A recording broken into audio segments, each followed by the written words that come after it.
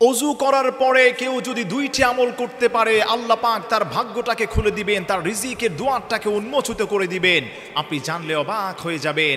এক নম্বর আমল হলো, অজু করার পরে কেউ যদি শাহাদাত আঙ্গুল আকাশের দিকে উঁচু করে কালিমায়ে শাহাদাত পাঠ করতে পারে, আল্লাহ রাব্বুল আলামিন ওই গোলামটার সমস্ত গুনাহগুলোকে ক্ষমা করে দিবেন এবং আল্লাহ রাব্বুল আলামিন আসমানের 7টি দরজা আল্লাহ পাক তার জন্য উন্মুক্ত করে দিবেন এবং জান্নাতের 8টি দরজাকে আল্লাহ পাক তার জন্য খুলে দিবেন। আল্লাহু আকবার পড়েন।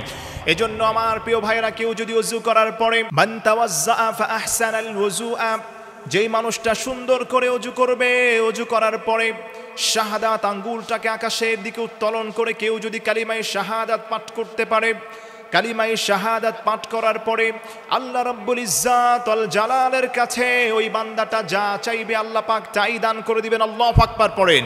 2 নম্বর আমল হলো, যেই মানুষটা ওযু করার পরে 2 রাকাত তাহাজ্জুদের তাহিয়াতুল ওযু নামাজ আদায় করবে, আল্লাহর হাবিব সাল্লাল্লাহু আলাইহি ওয়াসাল্লাম বলে দিয়েছেন ওই বান্দার সমস্ত আশা আকাঙ্ক্ষাগুলো আল্লাহ পাক পূর্ণ করে দিবেন, তাকে আল্লাহ পাক জান্নাতে প্রবেশ করা দিবেন। আল্লাহু আকবার পড়েন।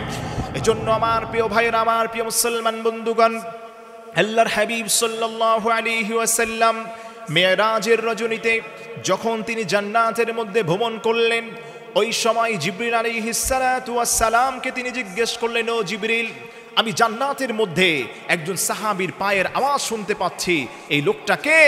কেন তার পায়ের আওয়াজটা জান্নাতের মধ্যে আসছে? হযরত জিবরিল আলাইহিস সালাতু ওয়াস সালাম বলেছেন, ইয়া রাসূলুল্লাহ, ইয়া হাবিবাল্লাহ, ওগো আল্লাহর হাবিব, এটা তো আপনার সাহাবী হযরতে বেলালের পায়ের আওয়াজ। আল্লাহু আকবার পড়েন। এজন্য আমার প্রিয় ভাই, আল্লাহর হাবিব বলেন, বেলালকে তো আমি দুনিয়ার মধ্যে দেখে এসেছি। আল্লাহর হাবিব সাল্লাল্লাহু আলাইহি ওয়াসাল্লাম যখন মসজিদে নববীতে এসে বেলালকে জিজ্ঞেস করলেন, ইয়া বেলাল, ও বেলাল, তুমি কি আমল করো যে আমলটা করার কারণে আল্লাহ রাব্বুল আলামিন তোমাকে জান্নাতের মধ্যে আল্লাহ পাক তোমার পায়ের আওয়াজকে আল্লাহ পাক জান্নাতের মধ্যে আল্লাহ পাক শব্দ আমাকে শুনিয়ে দিয়েছেন। আল্লাহু আকবার।